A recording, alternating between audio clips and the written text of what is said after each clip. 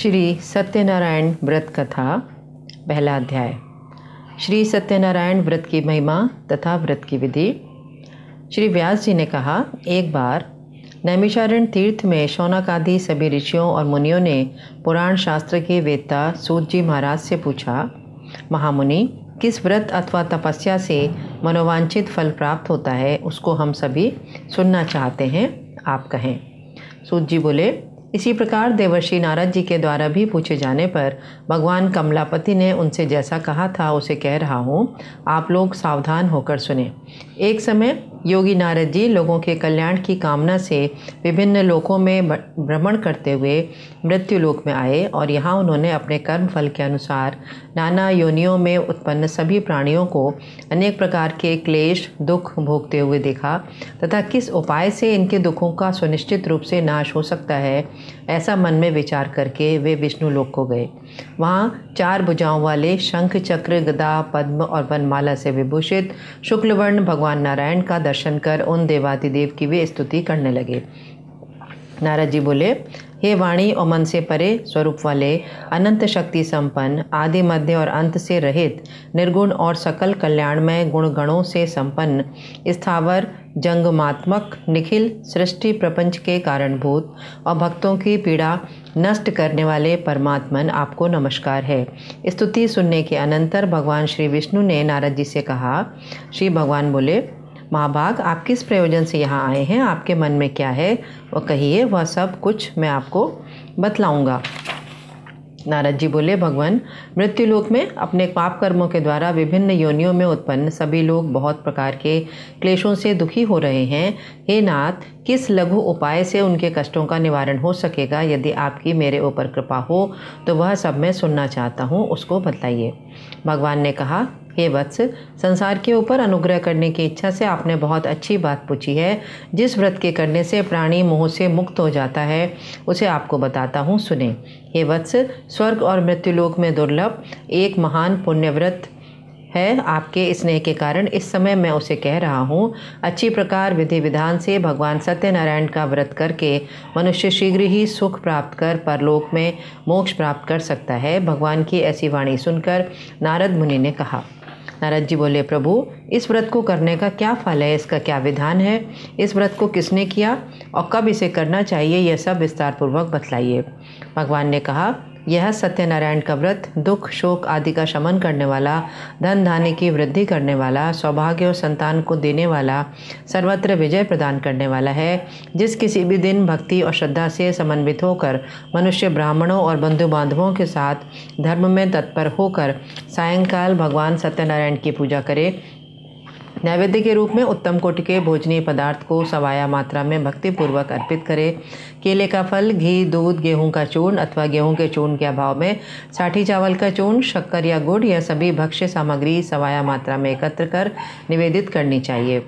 बंधु बांधवों के साथ श्री सत्यनारायण भगवान की कथा सुनकर ब्राह्मण को दक्षिणा देनी चाहिए। तदनंतर बंधु बांधवों के साथ ब्राह्मणों को भोजन कराना चाहिए।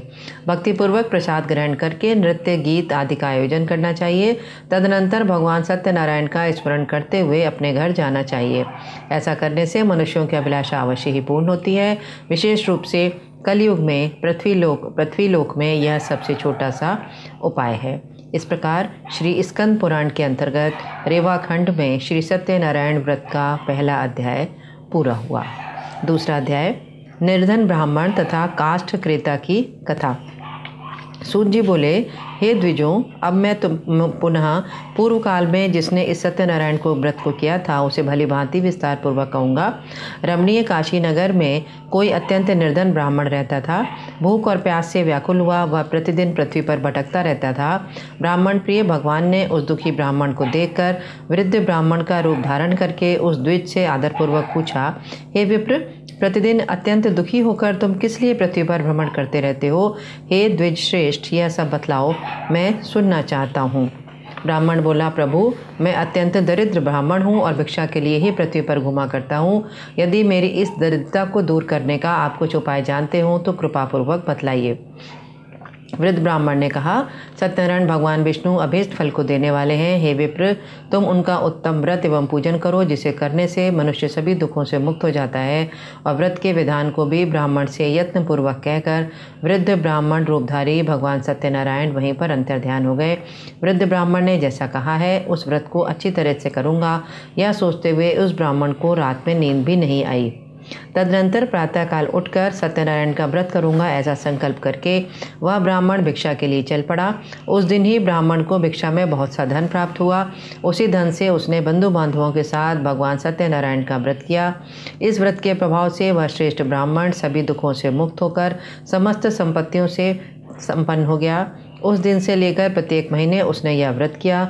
इस प्रकार भगवान सत्यनारायण के इस व्रत को करके वह श्रेष्ठ ब्राह्मण सभी पापों से मुक्त हो गया और उसने दुर्लभ मोक्ष पद को प्राप्त किया। हे विप्र, पृथ्वी पर जब भी कोई मनुष्य श्री सत्यनारायण का व्रत करेगा उसी समय उसके समस्त दुख नष्ट हो जाएंगे। हे ब्राह्मणों, इस प्रकार भगवान नारायण ने महात्मा नारद जी से जो कुछ कहा मैंने वह सब आप लोगों से कह दिया है। आगे अब और क्या कहूँ। ऋषियों ने कहा, हे मुनि, इस पृथ्वी पर उस ब्राह्मण से सुने हुए इस व्रत को किसने किया वह सब हम सुनना चाहते हैं। उस व्रत पर हमारी श्रद्धा हो रही है। सूत जी बोले, मुनियों, पृथ्वी पर जिसने यह व्रत किया उसे आप लोग सुने। एक बार वह द्विजश्रेष्ठ अपनी धन संपत्ति के अनुसार बंधु बांधवों तथा परिवारीजनों के साथ व्रत करने के लिए उद्यत हुआ। उसी बीच एक लकड़हारा वहां आया और लकड़ी बाहर रखकर उस ब्राह्मण के घर गया। प्यास से व्याकुल वह उस ब्राह्मण को व्रत करता देखकर प्रणाम करके बोला, हे प्रभु, आप ये क्या कर रहे हैं? इसके करने से किस फल की प्राप्ति होती है? विस्तार पूर्वक मुझसे कहिए। विप्र ने कहा, यह सत्यनारायण का व्रत है जो सभी मनोरथों को प्रदान करने वाला है। उसी के प्रभाव से मुझको यह सब महान धन धान्य आदि प्राप्त हुआ है। जल पीकर तथा प्रसाद ग्रहण करके वह नगर चला गया। सत्यनारायण देव के लिए मन में ऐसा विचार करने लगा कि आज लकड़ी बेचने से जो धन प्राप्त होगा उसी धन से भगवान सत्यनारायण का श्रेष्ठ व्रत करूँगा। इस प्रकार मन से चिंतन करता हुआ लकड़ी को मस्तक पे रखकर उस सुंदर नगर में गया जहाँ धन संपन्न लोग रहते थे। उस दिन उसने लकड़ी का दुगना मूल्य प्राप्त किया। तदनंतर प्रसन्न हृदय होकर वह पके हुए केले का फल, शर्कर, घी, दूध और गेहूँ का चूर्ण सवाया मात्रा में लेकर अपने घर गया। तत्पश्चात उसने अपने बांधवों को बुलवाकर विधि विधान से भगवान सत्यनारायण का व्रत किया। उस व्रत के प्रभाव से वह धन पुत्र से संपन्न हो गया और इस लोक में अनेक सुखों का उपभोग कर अंत में सत्यदेव वैकुंठ लोक को चला गया। इस प्रकार श्री स्कंद पुराण के अंतर्गत रेवाखंड में श्री सत्यनारायण व्रत कथा का दूसरा अध्याय। तीसरा अध्याय राजा उल्कामुख, साधु वणिक एवं लीलावती कलावती की कथा। सूत जी बोले, श्रेष्ठ मुनियों, अब मैं पुनः आगे कथा कहूँगा, आप लोग सुने। प्राचीन काल में उल्कामुख नाम का एक राजा था। वह जितेंद्रिय, सत्यवादी और अत्यंत बुद्धिमान था। वह विद्वान राजा प्रतिदिन देवालय जाता और ब्राह्मणों को धन देकर संतुष्ट करता था। कमल के समान मुख वाली उसकी धर्मपत्नी शील, विनय एवं सौंदर्य आदि गुणों से संपन्न तथा पतिपरायणा थी। राजा एक दिन अपनी धर्मपत्नी के साथ भद्रशिला नदी के तट पर श्री सत्यनारायण का व्रत कर रहा था। उसी समय व्यापार के लिए अनेक प्रकार की पुष्कल धनराशि से संपन्न एक साधु वणिक वहां आया। भद्रशिला नदी के तट पर नाव को स्थापित कर वह राजा के समीप गया और राजा को उस व्रत में दीक्षित देखकर विनयपूर्वक पूछने लगा। साधु ने पूछा, राजन, भक्ति युक्त चित्त से आप ये क्या कर रहे हैं? कृपया वह सब बताइए, इस समय मैं सुनना चाहता हूँ। राजा बोले, हे साधु, पुत्र आदि की प्राप्ति की कामना से अपने बंधु बांधवों के साथ मैं अतुल तेज संपन्न भगवान विष्णु का व्रत एवं पूजन कर रहा हूँ। राजा की बात सुनकर साधु ने आदरपूर्वक कहा, राजन, इस विषय में आप मुझे सब कुछ विस्तार से बतलाइए। आपके कथनानुसार मैं व्रत एवं पूजन करूंगा। मुझे भी संतति नहीं है, इससे अवश्य ही संतति प्राप्त होगी। ऐसा विचार कर वह व्यापार से निवृत्त हो आनंदपूर्वक अपने घर आया। उसने अपनी भार्या से संतति प्रदान करने वाले इस सत्यव्रत को विस्तारपूर्वक बतलाया और जब मुझे संतति की प्राप्ति होगी तब मैं इस व्रत को करूँगा। इस प्रकार उस साधु ने अपनी भार्या लीलावती से कहा। एक दिन उसकी लीलावती नाम की सती साध्वी भार्या पति के साथ आनंद चित्त से ऋतुकालीन धर्म आचरण में प्रवृत्त हुई और भगवान सत्यनारायण की कृपा से उनकी भार्या गर्भिणी हुई। 10वें महीने में उसने कन्या रत्नी की उत्पत्ति हुई और वह शुक्ल पक्ष के चंद्रमा की भांति दिन प्रतिदिन बढ़ने लगी। उस कन्या का नाम कलावती यह नाम रखा गया। इसके बाद एक दिन लीलावती ने अपने स्वामी से मधुरवाणी में कहा, आप पूर्व में संकल्पित श्री सत्यनारायण के व्रत को क्यों नहीं कर रहे हैं? साधु बोला, प्रिय, इसके विवाह के समय करूँगा। इस प्रकार अपनी पत्नी को भली भांति आश्वस्त कर वह व्यापार करने के लिए नगर की ओर चला गया। इधर कन्या कलावती पिता के घर में बढ़ने लगी।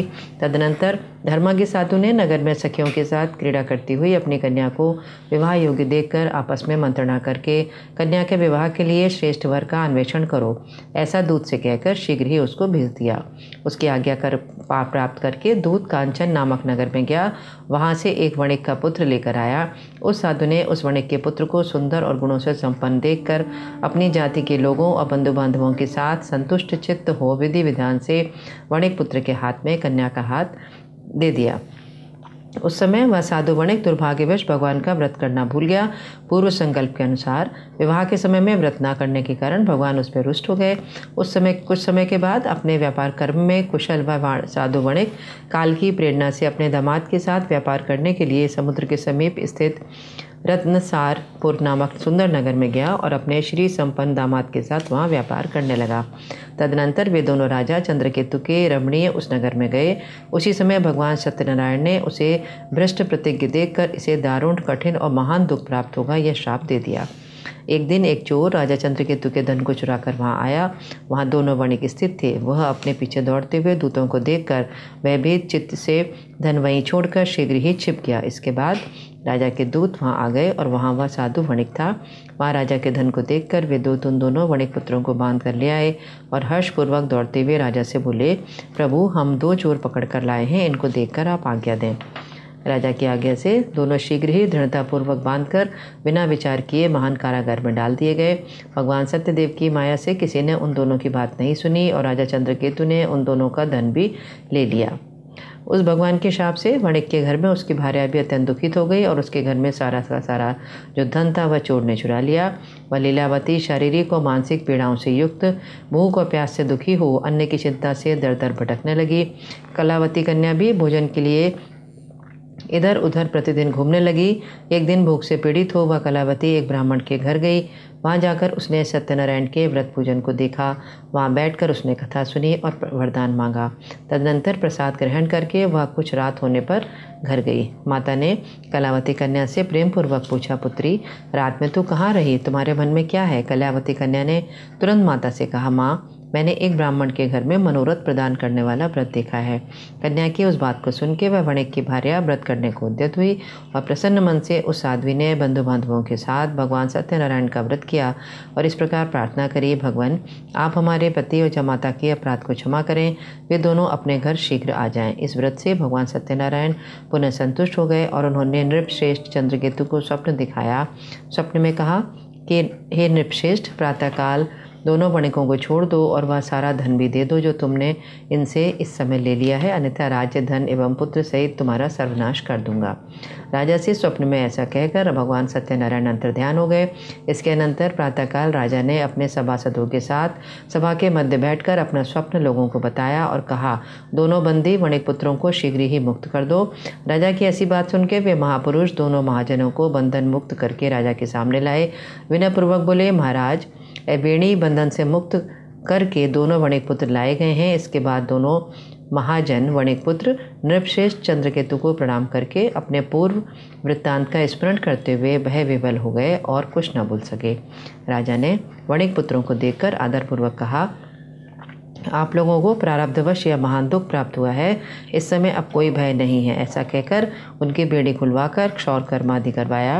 राजा ने वस्त्र अलंकार देकर उन दोनों वणिक पुत्रों को संतुष्ट किया और सामने बुलाकर वाणी द्वारा अत्यधिक आनंदित किया। पहले जो धन लिया था उसको दूना करके दिया। तदनंतर राजा ने पुनः उनसे कहा, साधु, अब आप अपने घर को जाएं। राजा को प्रणाम करके आपकी कृपा से हम जा रहे हैं, ऐसा कहकर उन दोनों महावैश्यों ने अपने घर की ओर प्रस्थान किया। इस प्रकार श्री स्कंद पुराण के अंतर्गत रेवाखंड में श्री सत्यनारायण व्रत कथा का 3रा अध्याय। 4था अध्याय, असत्य भाषण तथा भगवान के प्रसाद की अवहेलना का परिणाम। सूत जी बोले, साधु वणिक मंगलाचरण कर और ब्राह्मणों को धन देकर अपने नगर के लिए चल पड़ा। साधु के कुछ दूर जाने पर भगवान सत्यनारायण की जिज्ञासा हुई, साधु, तुम्हारी नाव में क्या भरा है? तब धन के मद में चूर दोनों महाजनों ने अवहेलना पूर्वक हंसते हुए कहा, दंडिन, क्यों पूछ रहे हो? क्या कुछ द्रव्य लेने की इच्छा है? हमारे नाव में तो लता और पत्ते आदि भरे हैं। ऐसी निष्ठुर वाणी सुन के तुम्हारी बात सच हो जाए। ऐसा कहकर दंडी सन्यासी का रूप धारण किए हुए भगवान कुछ दूर जाकर समुद्र के पास बैठ गए। दंडी के चले जाने पर नित्य क्रिया करने के बाद उतराई हुई नौका को देखकर साधु वणिक अत्यंत आश्चर्य में पड़ गया और नाव में लता और पत्ते आदि देखकर मूर्छित हो पृथ्वी पर गिर पड़ा। सचेत होने पर वणिक बहुत चिंतित हुआ। तब उसके दामाद ने कहा, आप शोक क्यों करते हैं? दंडी ने शाप दिया है, इस स्थिति में वे ही सब कुछ कर सकते हैं, इसमें संशय नहीं। अतः उन्हीं की शरण में चले, वही हमारे मन की इच्छा पूर्ण करेंगे। दामाद की बात सुनकर वह साधु उनके पास गया और वह दंडी को देखकर उससे भक्तिपूर्वक प्रणाम किया और आदरपूर्वक कहने लगा, आपके सम्मुख मैंने जो कुछ कहा है, आप मेरे उस अपराध को क्षमा करें। ऐसे कहकर बारंबार प्रणाम करके वह महान शोक से आकुल हो गया। दंडी ने उसको रोता हुआ देखकर कहा, अरे मूर्ख, रो मत, मेरी बात सुन। मेरी पूजा से उदासीन होने के कारण मेरी आज्ञा से ही तुमने बारंबार दुख को प्राप्त किया है। भगवान की ऐसी वाणी सुन के वह उनकी स्तुति करने लगा। साधु ने कहा, हे प्रभु, यह आश्चर्य की बात है कि आपकी माया से मोहित होने के कारण ब्रह्मा आदि देवता भी आपके गुणों और स्वरूप को यथावत रूप से नहीं जान पाते। फिर मैं मूर्ख आपकी आज्ञा से आपकी माया से मोहित होने के कारण कैसे जान सकता हूँ? आप प्रसन्न हो, मैं अपनी धन संपत्ति के अनुसार आपकी पूजा करूँगा। मैं आपकी शरण में आया हूँ। मेरा जो पुराना धन था उसकी तथा मेरी रक्षा करें। उसकी भक्ति युक्त वाणी सुन के भगवान जनार्दन संतुष्ट हो गए। भगवान हरि उसको अभीष्ट वर प्रदान करके वहीं अंतर्ध्यान हो गए। उसके बाद वह साधु अपनी नौका में चढ़ा और धन धान से परिपूर्ण देखकर भगवान सत्यदेव की कृपा से हमारा मनोरथ सफल हो गया, ऐसा कहकर स्वजनों के साथ उसने भगवान की विधिवत पूजा करी। भगवान सत्यनारायण की कृपा से वह आनंद से परिपूर्ण हो गया और नाव को प्रयत्नपूर्वक संभाल कर उससे अपने देश के लिए प्रस्थान किया। साधु ने अपने दामाद से कहा, वह देखो, मेरी रत्नपुरी नगरी दिखाई दे रही है। इसके बाद उसने अपने धन के रक्षक दूत को अपने आगमन का समाचार देने के लिए अपनी नगरी में भेज दिया।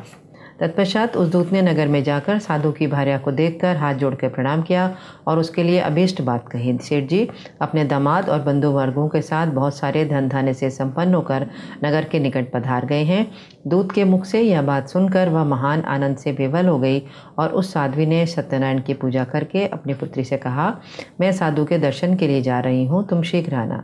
माता का वचन सुन के व्रत को समाप्त करके प्रसाद का परित्याग करके वह कलावती भी अपने पति के दर्शन के लिए चल पड़ी। इससे भगवान सत्यनारायण रुष्ट हो गए और उन्होंने उसके पति को और नौका को धन के साथ जल में डुबो दिया। इसके बाद कलावती अपने पति को न देखकर महान शोक से रुदन करती हुई पृथ्वी पर गिर पड़ी। नाव का अदर्शन तथा कन्या को अत्यंत दुखी देखकर भयभीत मन से साधु ने सोचा, ये क्या आश्चर्य हुआ। नाव का संचालन करने वाले भी चिंतित हो गए।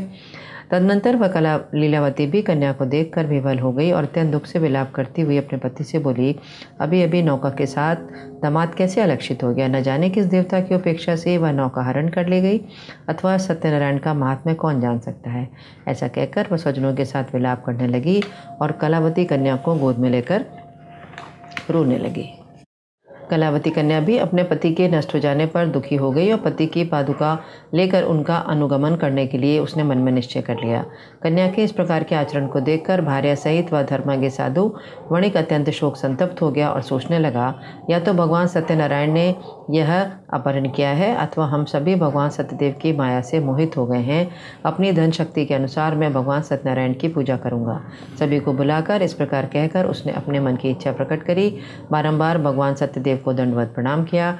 इससे दिनों के परिपालक भगवान सत्यदेव प्रसन्न हो गए। भक्तवत्सल भगवान ने कृपापूर्वक कहा, तुम्हारी कन्या प्रसाद छोड़कर अपने पति को देखने चली आई है। निश्चय ही इसके कारण इसका पति अदृश्य हो गया है। यदि ये घर जाकर प्रसाद ग्रहण करके वह पुनः आए तो हे साधु, तुम्हारी पत्नी तुम्हारी पुत्री पति को प्राप्त करेगी, इसमें संशय नहीं है। कन्या कलावती भी आकाशमंडल से ऐसी बातें सुनकर शीघ्र ही घर गई। उसने प्रसाद ग्रहण किया और पुनः आकर स्वजनों के साथ अपने पति को देखा।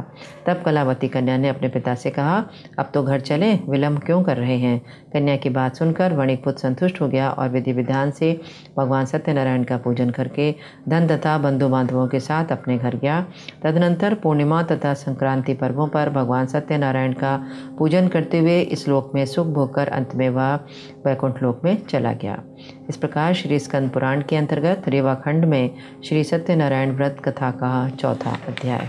पांचवा अध्याय, राजा तुंगध्वज और गोपगणों की कथा। सूत जी बोले, श्रेष्ठ मुनियों, अब इसके बाद मैं दूसरी कथा कहूँगा, आप लोग सुने। अपनी प्रजा का पालन करने में तत्पर तुंगध्वज नाम का एक राजा था। उसने सत्यदेव के प्रसाद का परित्याग करके दुख प्राप्त किया। एक बार वह वन में जाकर वहाँ बहुत से पशुओं को मारकर वट वृक्ष के नीचे आया। वहाँ उसने देखा कि गोपगण बंधु बांधवों के साथ संतुष्ट होकर भक्तिपूर्वक भगवान सत्यदेव की पूजा कर रहे हैं। राजा यह देखकर भी अहंकारवश ना तो वहाँ गया और ना ही उसने भगवान सत्यनारायण को प्रणाम ही किया। इसके बाद सभी गोपगण भगवान का प्रसाद राजा के समीप रखकर वहाँ से लौट आए और इच्छानुसार उन सभी ने भगवान का प्रसाद ग्रहण किया। इधर राजा को प्रसाद का परित्याग करने से बड़ा दुख हुआ। उसका संपूर्ण धन धान्य एवं सभी 100 पुत्र नष्ट हो गए। राजा के मन में यह निश्चय किया कि अवश्य ही भगवान सत्यनारायण ने हमारा नाश कर दिया है, इसलिए मुझको वहीं जाना चाहिए जहाँ श्री सत्यनारायण का पूजन हो रहा था। ऐसा मन में निश्चय करके वह राजा गोपगणों के समीप गया और उसने गोपगणों के साथ भक्ति श्रद्धा से युक्त होकर विधिपूर्वक भगवान सत्यदेव की पूजा करी। भगवान सत्यदेव की कृपा से वह पुनः धन और पुत्रों से संपन्न हो गया और इस लोक में सभी सुखों का उपभोग कर अंत में बैकुंठ लोक को प्राप्त हुआ। सूत जी कहते हैं, जो व्यक्ति इस परम दुर्लभ सत्यनारायण के व्रत को करता है और पुण्यमयी तथा फल प्रदायिनी भगवान की कथा को भक्ति युक्त होकर सुनता है, उसे भगवान सत्यनारायण की कृपा से धन धान्य आदि की प्राप्ति होती है। दरिद्र धनवान हो जाता है, बंधन में पड़ा हुआ बंधन से मुक्त होता है, डरा हुआ व्यक्ति भय से मुक्त हो जाता है। यह सत्य बात है, इसमें संशय नहीं है। सभी इच्छित फलों का भोग प्राप्त करके अंत में बैकुंठ लोक को जाता है। हे ब्राह्मणों, इस प्रकार मैंने आप लोगों से भगवान सत्यनारायण के व्रत को कहा, जिसे करके मनुष्य सभी दुखों से मुक्त हो जाता है। कलयुग में तो भगवान सत्यदेव की पूजा विशेष फल प्रदान करने वाली है। भगवान विष्णु को ही कुछ लोग काल, कुछ लोग सत्य, कोई ईष्ट, कोई सत्यदेव, दूसरे लोग सत्यनारायण नाम से कहेंगे। अनेक रूप धारण करके भगवान सत्यनारायण सभी का मनोरथ सिद्ध करते हैं। कलयुग में सनातन भगवान विष्णु ही सत्यव्रत रूप धारण करके सभी का मनोरथ पूर्ण करने वाले होंगे। हे श्रेष्ठ मुनियों, जो व्यक्ति नित्य भगवान सत्यनारायण की इस व्रत कथा को पढ़ता है, सुनता है, भगवान सत्यनारायण की कृपा से उसके सभी पाप नष्ट हो जाते हैं। हे मुनीश्वरों, पूर्व काल में जिन लोगों ने भगवान सत्यनारायण का व्रत किया था, उनके अगले जन्म का वृत्तांत कहता हूँ, आप लोग सुने। महान प्रज्ञा संपन्न शतानंद नाम का ब्राह्मण दूसरे जन्म में सुदामा नामक ब्राह्मण हुआ और उस जन्म में भगवान श्री कृष्ण का ध्यान करके उन्होंने मोक्ष को प्राप्त किया। लकड़हारा भेल गुहों का राजा हुआ और अगले जन्म में उसने भगवान श्री राम की सेवा करके मोक्ष प्राप्त किया। महाराज उल्कामुख दूसरे जन्म में राजा दशरथ हुए, जिन्होंने श्री रंगनाथ की पूजा करके अंत में बैकुंठ को प्राप्त किया। इसी प्रकार धार्मिक और सत्यव्रती साधु मूर्ध्वज नाम का राजा हुआ। उसने ओर से आर्य से चीरकर अपने पुत्र की आदिदेव भगवान विष्णु को अर्पित कर मोक्ष प्राप्त किया। महाराज तुंगध्वज जन्मांतर में स्वयंभू मनु हुए और भगवत संबंधी संपूर्ण कार्यों का अनुष्ठान करके वैकुंठ लोक को प्राप्त हुए। जो गोपगण थे वे सभी जन्मांतर में ब्रजमंडल में निवास करने वाले गोप हुए और सभी राक्षसों का संहार करके उन्होंने भी भगवान का शाश्वत धाम गोलोक प्राप्त किया। इस प्रकार श्री स्कंद पुराण के अंतर्गत रेवाखंड में श्री सत्यनारायण व्रत का 5वां अध्याय पूरा हुआ। जय लक्ष्मी रमणा, श्री जय लक्ष्मी रमणा, सत्यनारायण स्वामी जनपातक हरणा। जय लक्ष्मी रमणा, रत्न जटित सिंहासन अद्भुत छवि राजे, नारद करत निराजन घंटा ध्वनि बाजे। जय लक्ष्मी रमणा, प्रगट भये कलि कारण द्विज को दरस दियो, बूढ़ो ब्राह्मण बन कर कंचन महल कियो। जय लक्ष्मी रमणा, दुर्बल भील कठारो जिन पर कृपा करी, चंद्रचूड़ एक राजा जिनकी विपत्ति हरी। जय लक्ष्मी रमणा, वैश्य मनोरथ पायो श्रद्धा तज दीनी, सो फल भोग्यो प्रभु जी फिर स्तुति कीनी। जय लक्ष्मी रमणा। भाव भक्ति के कारण छिन छिन रूप धर्यो। श्रद्धा धारण कीनी तिनके काज सर्यो। जय लक्ष्मी रमणा। ग्वाल बाल संग राजा वन में भक्ति करी। मन वांछित फल दीनो दीन दयाल हरि। जय लक्ष्मी रमणा। चढ़त प्रसाद सवायो कदली फल मेवा। धूप दीप तुलसी से राजी सतदेवा। जय लक्ष्मी रमणा। सत्यनारायण जी की आरती जो कोई नर गावे। तन मन सुख संपत्ति मन वांछित फल पावे। जय लक्ष्मी रमणा। जय लक्ष्मी रमणा। श्री जय लक्ष्मी रमणा। सत्यनारायण स्वामी जनपातक हरणा। जय जय लक्ष्मी रमणा।